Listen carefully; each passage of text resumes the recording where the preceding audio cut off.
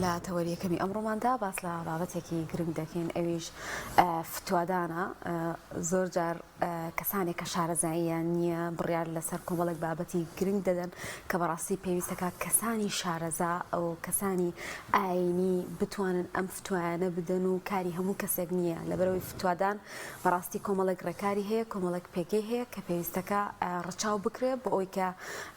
إما بتوانين أزبوني لو كسانة وربقرين ياخذ أجر برسالك مان هبه شارع زي لو كسانة وربقرين بس أم توري دكين بميانداري دكتور شاخوان سيا منصوري زاني عيني كاكتور بخير بيس باز بابا دبا دكتور شاخوان بخير من إخوان باب زانين فتوى شي دقرتها بسم الله الرحمن الرحيم صلاة رئيس بوخوتانو بينالانو سلام عليكم أخوة بخير بي دار فتوادان نێوەندگیریەکە لە نێوان کەسێک کە پرسیارت لێکا و لە نێوان خۆی پەروەردگارە جەلە جەلالوه بۆیە فتوادان ئەگەر نێوەندگیریەکی ئاوا بێ زۆر گەورەیە بە معنایەکی تر فتوادان وەکو ئیمامی ابن القیم ڕەزا و ڕەحمەتی خوای لێ بە کتێبێکی نووسیوە بە ناوی ئیعلام الموقعین عن رب العالمین ئیمزاکردن لە جاتی خوا لە پێشەکی ئەو کتێبەیە تەواو زۆر جوان باسی فتوای کردووە باسی ئەوەکە کە فتوادان ئیمزاکردنە لە جاتی خۆی پەروەردگار ئەگەر ئیمزاکردن لە جاتی مەسئولێک لە دنیادا قورسایەکی خۆی تایە ئیمزاکردن لە جێگیرێک بیکات لە جاتی بەڕێوەبەرەکە یان کەسێک کە بەڕێوەبەرێک دایناوە ئیمزا بکات زۆر بە حەذەرەوە ئیمزاکە هەموو ئیمزایەک ناکە بۆی مەسئولیەتی دنیایی وانە نەیاتە سەری ئەوە ئیمزاکردن لە جاتی خوای پەروەردگار زۆر لەوە قورسترە تەڵان بۆیە بەڕاستی ئیمامی ابن القیم لەو کتێبەیە زۆر جوانی فەرمووە هەر ناوی کتێبەکەشی زۆر جوانە ئیعلام الموقعین عن رب العالمین هەن ئیمزاکردن بە ناوی خواوە کاتێک کە تۆ بە کەسێک ئەڵێ ئەمە حرامە ئیترەوە ئیمزا کردووە لە جاتی خوای پەروەردگار وانە کاتێک کە ئەڵێەوە حرامە بە هەمان شێوە پاشان فتوا وەزیفەیەکی زۆر گەورەیە فتوا چونکە ئیشی خوای پەروەردگارە یەستەفتونەکە قولی الله یفتیکم فی الکەلالە خوای تەعالا فەرمێ پرسیارت لێکەن بڵێ قولی الله یفتیکم خوا فتواتان بۆ دە کەواتە فتوا ئیشی خوایە کە ئیشی خوا بوو جەلە جەلالوه ئینسان نابێ بە ئاسانی شت بەدەمێ بێ ئەمە حەڵاڵەوە حرامە تەنانەت بەڕێزان لە سوڕەتی یوسفدا دوو جار باسی فتوا کراوە هەردوو جارەکە لە باسی خەوبینی نایە یعنی وەڵامی خەودانەوەش فتوایە کە جاری وایە ژن و مێردێک خەوبین بەیانی بۆ یەکێک گێڕنەوە ئیتر ئەم پیاوا لە خۆی تەفسیرێکە و ژن لە خۆی تەفسیرێکە و فتوایە یعنی تەماشاکە وەڵامدانەوەی پێغەمبەری یوسف لەسەر خەوەکە فتوا بوو بۆیە ئینسان تەنانەت وەڵامی خەویش ئەبێ بزانێ فتوایە و لە جاتی خوای پەروەردگار بڕیارەدا چونکە خەویش بۆ خۆی بابەتێکی زۆر حەساسە پاشان خوای تەعالا لە قورئانە فەرمێ ولا تقولوا لما تصف ألسنتكم هذا حلال وهذا حرام هەکەدار بن بە خۆدانە ماڵەمە حەڵاڵەوە حرامە یعنی ئینسان ئەبێ زۆر وری بۆیە پێغەمبەری خوا صلی الله عليه وسلم فەرمووی من قال ما لم أقله فليتبوأ مقعده من النار هەر کەسێ شتێ بڵێ من نەموت بێ باجێ خۆی لە ئاگرا خۆش کات زۆر مشکیلەیە یعنی تۆ ئینسان ئەوەندە بە ئاسانی فتوا بدە بۆیە پێغەمبەری خوا صلی الله عليه وسلم لە فەرمودەیەکدا کە لەسەر دەکەیە شتێکەیە فەرمووی ئەجرەؤکم عەلە الفتیا ئەجرەؤکم عەلە النار ئەو کەسەتان کە زۆر جەریئە لەسەر فتوادان ئەوە زۆر جەریئە بۆ ئاگری دۆزەخ یعنی لە هەمووتان ئازاترە چۆنەوەی لە هەمووتان زووتر ئاگری دۆزەخی پێگە یعنی ئەو کەسەی کە جەریء بێ هەر پرسیارێکی لێکەن بەڕێزان خەڵکی وایە ئەمڕۆ تەمەن خەڵکی خوێنەوار وانییە ئەو کەسەی کە خوێنەوارێکی ڕاستەقینە بێ وانییە پرسیاری لێکەن دەربارەی دکتۆر وەڵامەدات و پرسیاری لێکەن دەربارەی خەریتی خان و وەڵامەدات و پرسیاری لێکەن دەربارەی شەڕ عەڵە بە قەرمەلایەکی لێزانم یعنی پرسیاری لێکەن لەسەر هەرچی وەڵامەدەدەم زۆر کارەساتە جانیوە خەڵک تووشی کارەساتەکە یعنی تۆ سەیر کە سەحابەی پێغەمبەری خوا صلی الله عليه وسلم دەرچوونە دەرەوە بچوون بۆ جێگایەکێکیان شەو احتیلام بوو بە زبانی خۆمان شەیتانی بوو دوایی پرسیاری لە هاوڵەکەی ترکەوتی ئەرێ کاکە من برینارم ئەرێ ئەتوانم تێمەم کەوتی ناوەڵات تێمم نادوارێ بکە ئەمێ خۆ بشو قڕ بەسەر ئاوی کردە سەر خۆیان و برینەکەی ئاوی تێز و ڕێک مرد هاتن بۆ پێغەمبەریان گەڕا پێغەمبەری خوا فەرمووی قەتەلەکم الله کوشتان خۆ ئەبتان کوژێت ئەگەر شتێک نازانم پرسیاری لێ بکەن فەرمووی زۆر ڕاستە کەواتە دکتۆر ئێمە کەی پێویستمان بە فتوا بێ ئەو کاتی کە بابەتێک یان نوێ یاخود گومانمان لەسەر یا لی نازانین ئەگەر شتێکی ڕوون بێ و یەکلایی بێتەوە لە شەریعەت و لە قورئان بە سافی و بە پاکی ڕێپێدان و ڕێپێنەدانەکە یەکلایی بێتەوە زۆر نابێتە جێگەی جەدەل و گفتوگۆ کەواتە چۆن فتوا بدرێ لەسەر بابەتێک کە مەشتومڕێکی گشتی کۆمەلگای لەسرە باسی بابەتێکی مەسەلەن ڕەنگە بچووک ناکەین شەخسی ناکەین کەسێک دەشتە لای زانایەکیانی باوێژ پێکرێت باسی وەکو شوێنێکی دامەزایەک و گشتی مثلا زۆر جار کۆمەڵێک بابەتی ڕەنگە ڕەهەندێکی ئاینیشیان نەوێ بەڵام بۆ شەرعاندنیان دێن بە بابەتی ئاینی بە کۆمەڵێک فتوای لێرە و لەوێ لاوەکی بە دوور لەوەی لە دامەزراوەیەکی ڕسمیەوە هاتبن ئەیان شەرعێنن کەواتە فتوا چۆن ئەدرێ طبعا فتوا باشترین فتوا ئەوەیە کە لیژنە ئەیدات لە مێژوو شاروا بوو ئەو باشترین فتوا بوو باشترین فتوا ئەوە بووە کە لیژنە داوێتی پاشان فتوادان بەڕاستی ئیشی ئینسانی داعی نییە یعنی ئێمە لە کۆمەلگای ئێمەدا بەڕاستی دووشت لە یەک ناکەینەوە خەڵکی عالیم و خەڵکی بانخواز کاکە ئەو خەڵکی بانخوازە مفتی نییە یعنی ئینسان وەنێ نابێ فتوای لێ وەرگێت بەداخەوە ئەمڕۆ هەندێک شت ڕەهەندی سیاسی هەیە بەبێەوەی مامۆستایەکی ئاینی ئاگای لێبێ هەڵێدەنە ناو فتوای خۆی گوناهبارەکەت هەنی بەبێ ئەوە عەبدوڵای کوڕی عومەر فەرمووی پرسیارە لەکەوتی نازانم وتیان چۆن نازانیت تێتانەوێ پشتی من بکەنە جسری جەهەنەم و بەسەرای بڕۆن دوای بڵێن عەبدوڵای کوڕی عومەر فتوای بۆ داین کاکە نازانم وتەواو ئەوە ئیشی من نییە بۆیە بەڕاستی فتوا ئیشی لیژنەیە ئەمڕۆ لە کوردستانە لەگەڵەوەی کە ئەگەر تێبینیشە بێ لیژنەی فتوایە لە کوردستانە ناکرێ مەسەلەن کەسێک قوت بێتەوە بڵێ ئەمە حەڵاڵە و ئەوە حرامە و پاشان ئێمە بابەتی فتوا جیای لەگەڵ بابەتی نەقڵە ئەنی مەسەلە من بە جەناب دەڵێم ئەرێ زەحمەت نەبێ دەستنوێژ بە چی ئەشکێت ئەڵەی پێغەمبەری خوا وای فەرمووە ئەمە نەقڵە بەڵام لەم نەقڵەشدا بێ ئینسان وریا بێت بۆ چونکە پێغەمبەری خوا صلی الله علیه وسلم ئەوەی کە فەرموویەتی هەندێک شتی فەرمووە پێغەمبەری خوا وەکو پێغەمبەر هەندێک شتی فەرمووە وەکو ڕەیسی وڵات هەندێک شتی فەرمووە وەکو قازی هەندێک شتی فەرمووە وەکو موفتی ئەنێ بەجای کەینەوە ئێستا پێغەمبەری خوا صلی الله علیه وسلم کاتێک کە خێزانێ بۆ سوفیان هاتە خزمەتی پێغەمبەری خوا فەرمووی پێغەمبەری خوا مێردەکەم خۆ دەزانێ ڕەزیلە ئەتوانم دەستکەمە گیرفانێ لە ماڵان دێ پارە دەرکەم بۆ پێزاویستی ماڵم ناڵم فەرمووی بەڵێ دەریکە بەشی ماڵم ناڵەکەت ئایا تەلەفۆنێ بۆ مامۆستایەکی ئاینی بکەن ئەمڕۆ بە هەموو ئافرەتێک بڵێ جائیزە دزی لە پیاوەکەت بکە پێغەمبەری خوا و ئەم بابەتەی پێغەمبەری خوا صلی الله علیه وسلم وەکو مفتیەک و فەرمووە چونکە مفتیە بێ عالیم بێ بە حاڵی ئەو کەسێک کە پرسیاری لێکات کاتە بەسەر هەمووانە نابێ بەسەر هەموویانە کاکە لەوانچی ئافرەتێک مێردەکەی مانگی 3 ملیۆنی باتێ بڵێ ڕەزیلە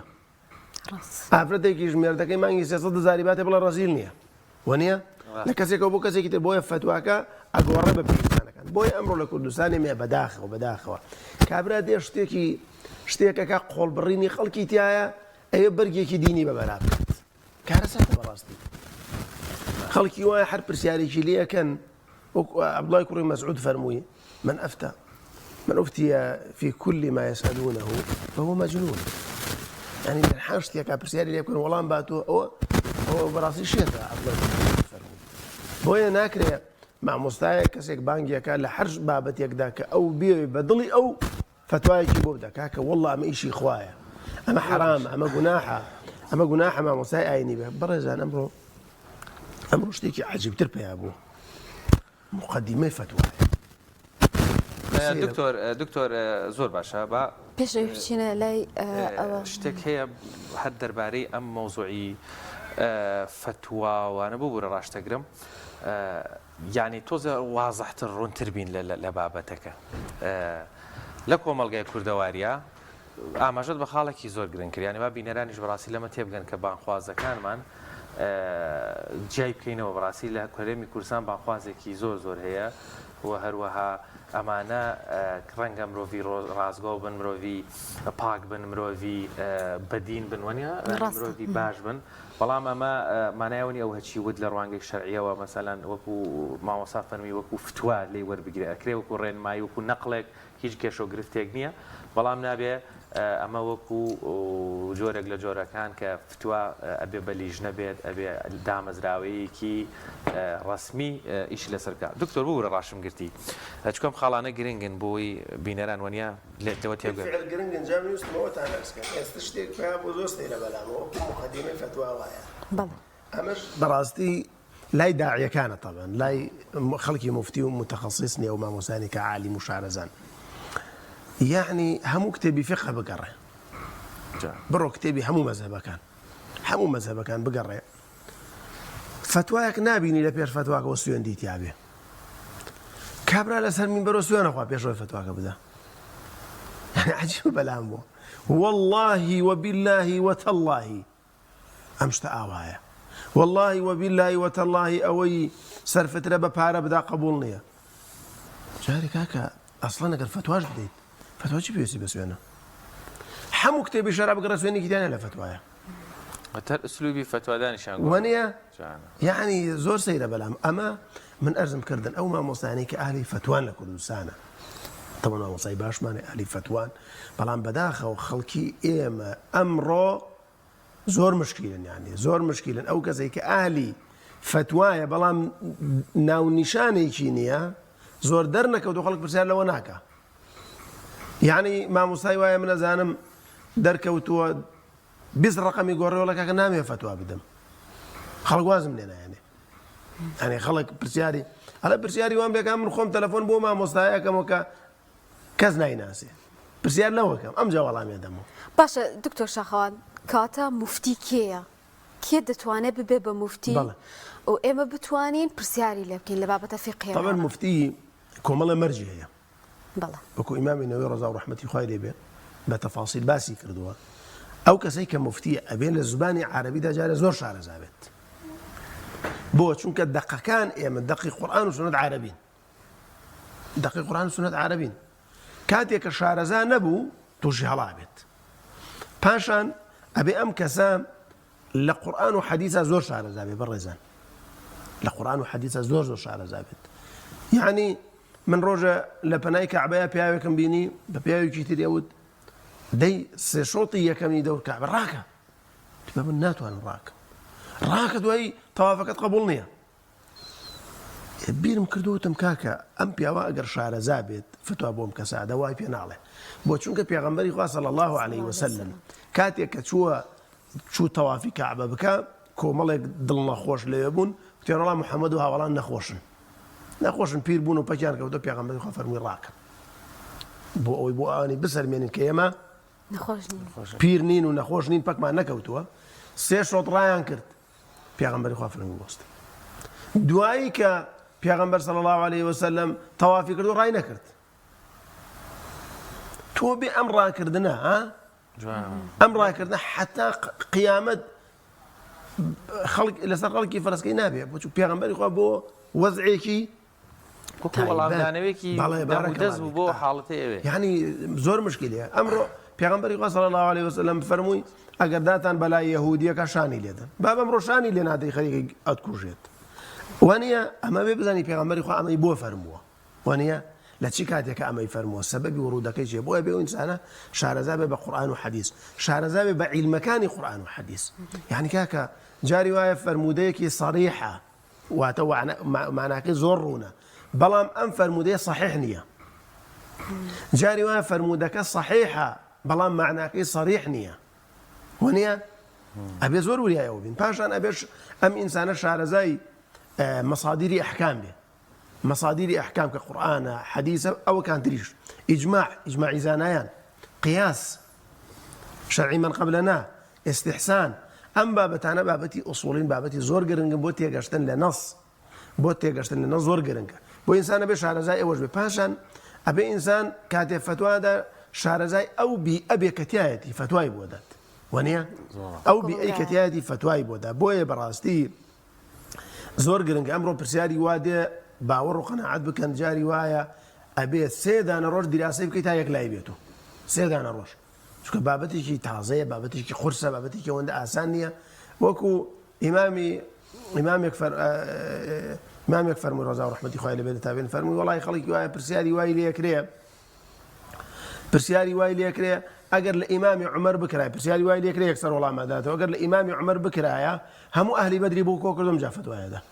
بمام كبرسياري ليكريا لخويا عبد الرحمن كوري أبي ليلى رضا ورحمة خواه لبيت فرمي صوتو بيست صحابي بيغمبري خوان بينيوا كبرسياري أن ليكرا أم أيود نازان بوبلا أو أيود نازان بوبلا تاكا برأته ويكم صوتو بيست صحابي بيغمبري خوان بينيوا أغابونا بوي براستي فتوى دان برزان أو كذلك فتوى اللي ورقري برج دريجينية بونية لايكي زوري هي بونية خلقي زوري لدولا ابن عبد البر رضا رحمتي خوالي به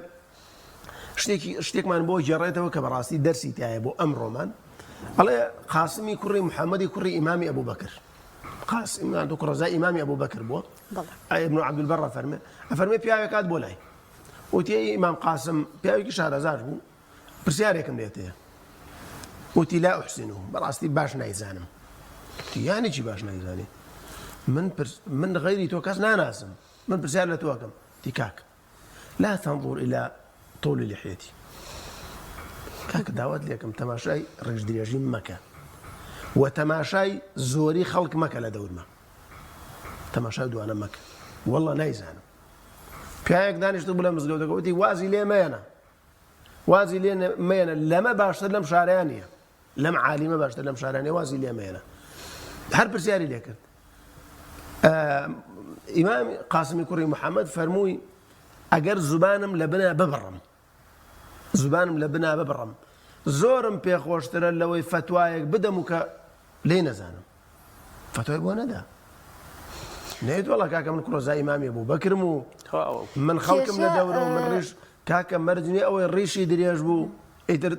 فتواي لي ورقري مرجني أو وكو من مع مستايكي آيني مزقوتي أبو فتواي لي ورقري كاكا مفتي خلقي فتوى دار مواصفاتي خويه ما مستاي ومانع عالم ومانع لم كردستانا أو كس يعني إمو مانع كفتوى دين لو أشد دص الله خدمتي أبخوني نشتغل ليتي أنا جي ونيا شو بابتي شرعي بابتي كقرصة بويا من دعوة كارم لبريان ولا خشكان لأخوان وفتوى ندن أما حلالة أو حرام أو جائزة أو جائزنية دكتور لقرمي برنامج أو خالد يعني أمجد بخالك يزور جوان كده يا مدعي وبنخوازك يزور معناه زور رنگ كاريجري شان هبه زور خلقي شان رنموني كرد بيه بوريجي راز بو باوشيم إسلاما بلام مني هاولاتي بداخل يعني نابو لكم الجاي زۆری نەمسلمانە هێشتا ئەوەندەوە شاریمان لاواز بێ مفتی و قازی و زانای ئاینی و بانخواز و داعیجانەکەینەوە بەداخەوە نەبووە بێ بەڵام ئێمە لە نێو کۆمەڵگەی کوردی شتێکمانەیە جاران هەموویان ئەیانوت با بڵێن مامۆستایانی ینی پێیانوت مەلای فڵان شوێن مەلایە لێ زانێ ئێستا دەستەواژەی زانایانی بە کێ وترێ کێ زانای ئاینیە بەڕاستی هەر هەموو کەسێک کە قسەی کرد زانای ئاینی یان بە فۆرمە مۆدێرنەکەی و لەسەر بنەما شەرعیەکەی زانای ئاینی کێیە خۆی تەواو ئەمڕۆ بەداخەوە پێوەریەک نییە بۆ دیاریکردنی شتەکان کێ ڕۆژنامەنووس پێوەرێک نییە کێ وەستایە پێوەرێک نییە کێ مامۆستای ئاینیە پێوەرێک نییە وەنیە بەڵام دکتۆر ڕۆژنامەنووس و ئەمانە ڕەنگە کۆمەڵێک ئێستا وەستای کاشی ڕەنگە 300 ساڵەمەوە بەرنەبوو بێ کاشی تازاتەوە سەقفی مەغریبی نەبوو بەڵام زانای ئاینی و مامۆستام ئەڵێن مێژوویەکی درێژیانێ ئەبێشت پێوەرێک هەبێ ئەزانم من ئەڵێم ئەمڕۆ ئەبێ هەبێت بەس ئەمڕۆ پێوەری نییە ئەبێ هەبێت یعنی ئەبێ هەبێت پێوەەر بۆ ئەمانە بێ هەبێ بەڕاستی بەس ئەڵێم ئەمڕۆ نییە بەداخەوە یعنی ئەمڕۆ مامۆستایەکی بەڕێز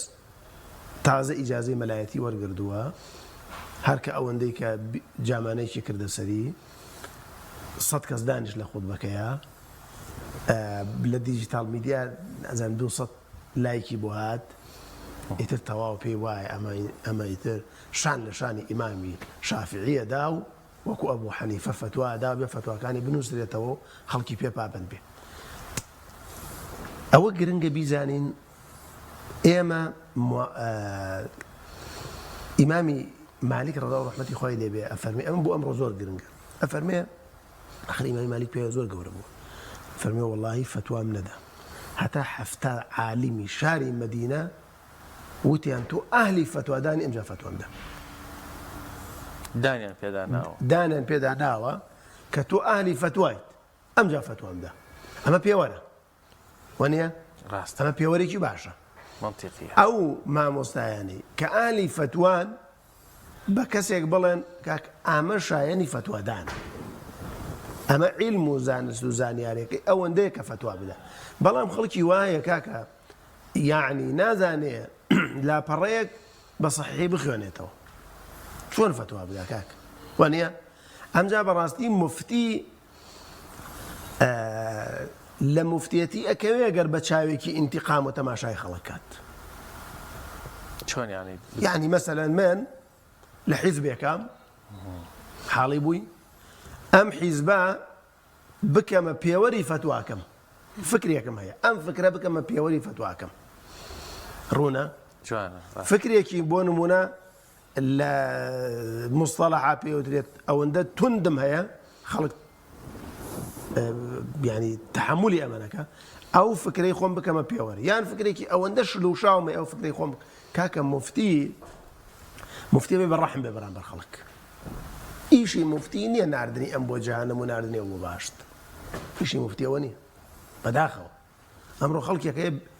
بەزەیان بە خەڵکە نایەت کێشە ئەوەیە خەڵکی ئاساییەن ئەم فتویان بێجگەر لەوەی کە ئەمە هەر نابێت بەڕاستی مەلاکانیش زۆر جار ئەم بڕیارە بدەن وای لێ هاتوو خەڵک زۆر بە ئاسانیان لە خەڵکی ئاساییە ئەوەکە خەڵک زۆر بە ئاسانی یعنی جاری وایە لە مەجلیسێکە دانیشتووی خەڵکێک پرسیارە لە مامۆستایەکی ئاینیەکە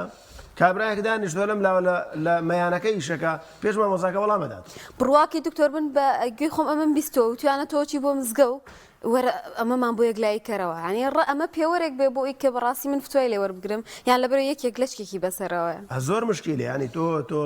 ئەمڕۆ کاکە فتووە کارەساتی زۆر گەورەی لێ دوایە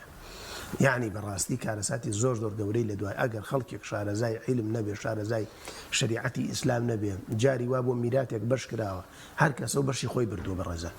هەر کەسێک بەشی خۆی بردووە دوای کێشەیەکیان بۆ دروست بۆ کە هاتوونەتەوە لیژنەی فتووە هاتوونە مامۆستایەکی ئاینی شارەزایان بینەوە سەرتاپای ئەو دابەشکردنی میراتە هەڵە بووە سەرتاپای دابەشکردنەکە هەڵە بوو ئێمە ئەمە مشکلەیە کاکەمە گوناحباریە بەڕاستی تۆ بێی تەوقیع بکەی لە جاتی خوا بەغەڵەت تەوقیعەکەی وانە خۆگەر لە جاتی مەسئولێکی دنیا وەلیلای المەثل الأعلى بیکەی کارەساتی گەورەی لێ باشە دکتۆر کاتمان نەما وەکو کۆتا پرسیار وەکو هین ئەو فتووە بۆچی بدرێت چونکە لە کۆمەڵگای کوردەواری زۆر جار ئەبینین یعنی من ئێستش یەقینی تەواو وایە مامۆستایانی ئاینی نەبن لەم کۆمەڵگایان بۆ 24 کاتژمێر مامۆستایانی ئاینی و زانایانی ئاینیان دەستەواژەی مەلا لە کۆمەڵگایە دەربێنە خواشاییدا دەستەواژێکە زۆر ناشریناڵێ سەک ساحێبی خۆی ناناسێ بەس باوا بڵێم ئەمان کۆمەڵگایان کردو کێشە و مشکلەکان حەلەکەن بەڵام زۆر جا هەنێ فتوا بینین یعنی کڕینی شووتی بە شەرتی چەقۆ کامێرای پوینت و پوینت هەراڵە نازانە فڵان یاری یعنی فتوا بۆ بابەتێکە کە ڕەنگە زۆر شتی قورس یەکلایی کاتەوە بەڕاستی بۆ هەموو شتێکی بود پێویستمان بە فتوا هەیە زانیی هەندێک فتوا هەیە هەندێک فتوا هەیە بەڕاستی ناڵێم باگراوندێکی تری هەیە باگراوندێکی تری هەیە باگراوندێکی سیاسی هەیە باگراوندێکی مەسەلەن بزنسی هەیە بەڕاستی وەنیە یعنی تۆ نابێ بەڕاستی من پێم وایە ئینسان هەتا بتوانێت لە ڕۆژگاری ئەمڕۆدا خۆی لە فتوا بپارێزێ بەڕاستی تا بتوانێت بۆی خۆی گوناحباری قیامەت نەکە ئەمە وەڵاکە کە ئەمە شووتیە بە شەرتی چەخۆ حرامە و ئەمە نازانم پوینت نازانم چی پوینت خاڵ بۆ خاڵ یعنی بەڕاستی ئەمانە من پێم وایە ئەمە ئیشی لێژنی فتوایە ئەمە ئیشی مامۆسای شارەزایە ئەمە ئیشی فەقەیەکی وەکو من نییە ئەمە ئیشی مامۆسایەکی وەکو من نییە کە من ئێستش لە بابەتی ڕیبا و لە بابەتی اقتصادا کە پرسیارم لێکرێت دوو مامۆستا بە شارەزا زانم لەم کوردستان ڕقەمەکەی دەما و کە زاڵم کە پرسیار لەو بکە لی نازانم عیب نییە یعنی بۆ کاکە ینی هەر پرسیارێکم لێ بکەن ئیلا بێ من بیزانم ئیلا بێ وەڵام بەمەوە ئەدی کاکە وانە بۆیە بەڕاستی ئەو کەسەی کە فتوا بدا بەبێ تەخەسوس بەبێ ئەوەی تەخەسوسی لە دین نابێ فەضەلوا وەئەضەلوا هەم خۆیشی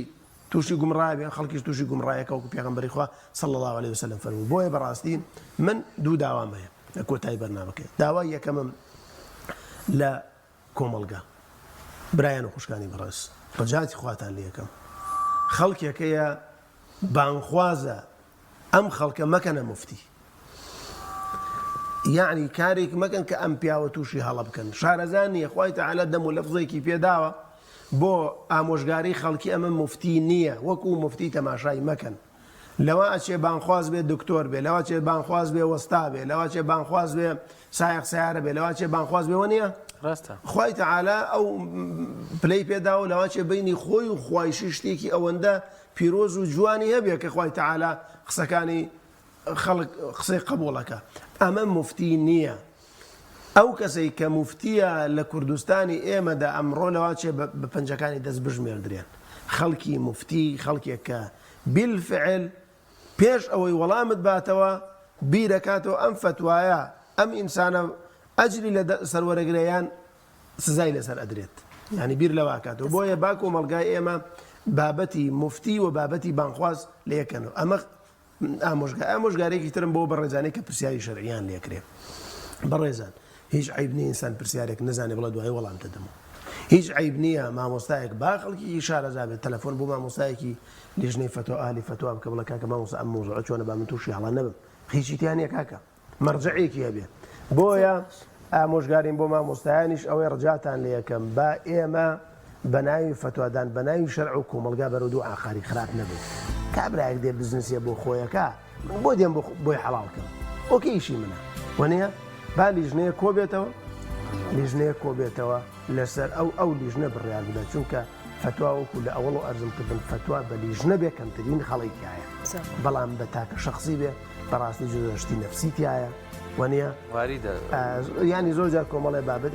ڕەفاقەتی تایە بۆیە زۆر گرنگە مامۆستایانی شخوایان لە بابەتی فتوا بپارێت بەڵێ سپاس بۆ دکتۆر شەفاعەت سیاووسڵی زانایاری کە لە قوتابخانەیە لەگەڵمانە بوو.